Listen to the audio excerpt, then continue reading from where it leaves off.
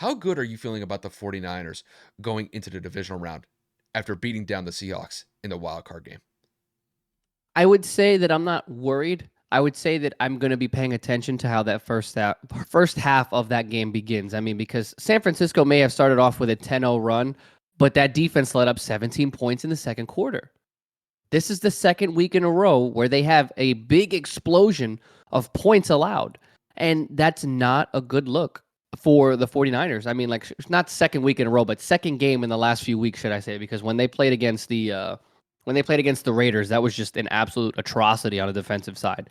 But going into next week, I would say that San Francisco found a way to get it together in the right way, and that was led by Christian McCaffrey. I said he was going to have 125 yards on the ground. He had 119.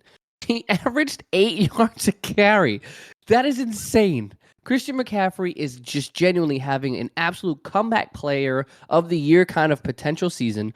And I mean, the 49ers making the trade for him, similar to what I said about Hawkinson, you can make the argument that that was the trade of the year because of how much better it made San Francisco. I've said it 1,000 times in the last month and a half. Brock Purdy has just been everything the 49ers needed. They have not missed a beat. I think he's 6 or 7-0 since starting. He's got a playoff victory under his belt. He is the mystery relevant pick, the last pick of the draft, and he is leading arguably the best team in football into the next round of the playoffs. Guarantee you, if you would have said that, I don't know, 4 months ago, you would have laughed in my face and said, you have no idea what you're talking about. That's the beauty of this sport. Next man up matters. Being prepared matters. Having good coaching matters. And playmakers.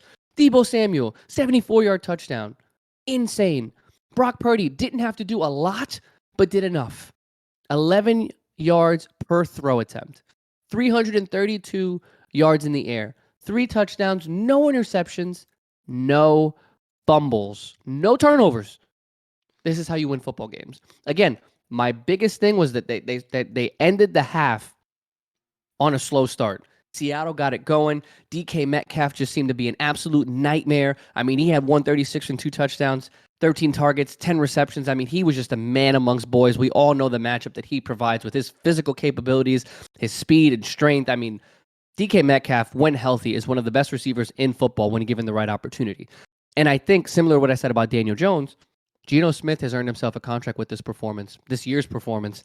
Other than the defense being atrocious, Geno Smith put this team in a position to be competitive, and they made a playoff game because of it. So I give Geno Smith a lot of credit, a career backup, a first-round pick that did not pan out, or whatever pick he was in the draft at the time. He got it done, man. Kenneth Walker, unfortunately, wasn't really able to get it going either when they started to go up in terms of San Francisco.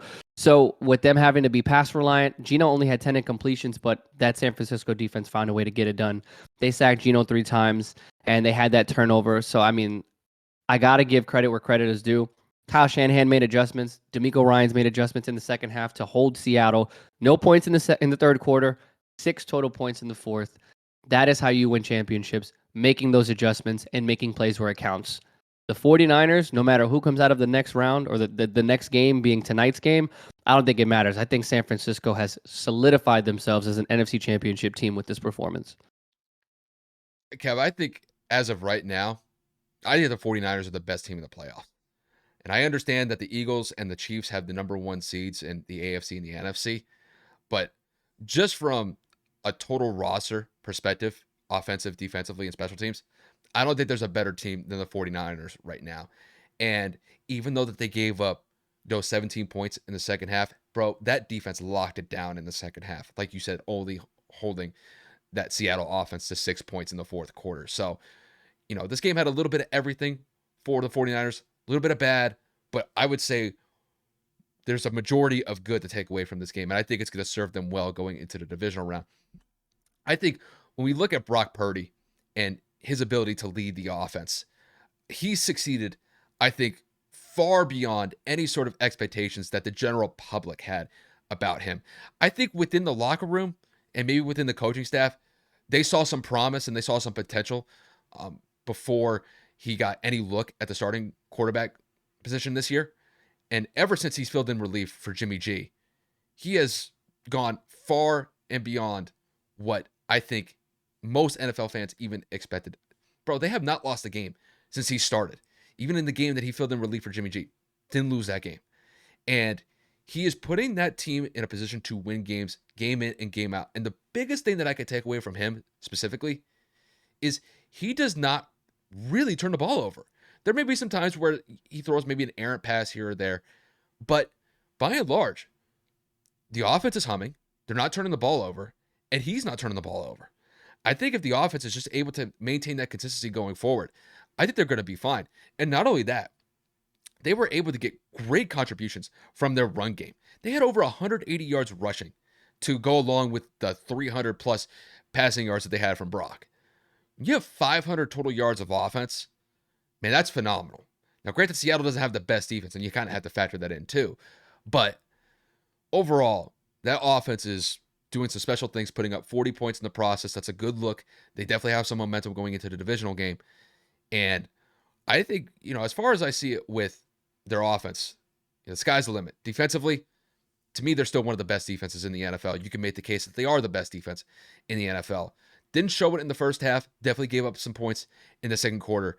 But when given those second half adjustments, they stepped up to the plate and holding the Seattle offense to 6 points in the second half.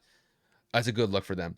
Now, I think they will be tested going into next week, whether they play the Bucks or the Cowboys, just because I think the Bucks, even though they've had their issues this year, that's still an offense that you have to respect.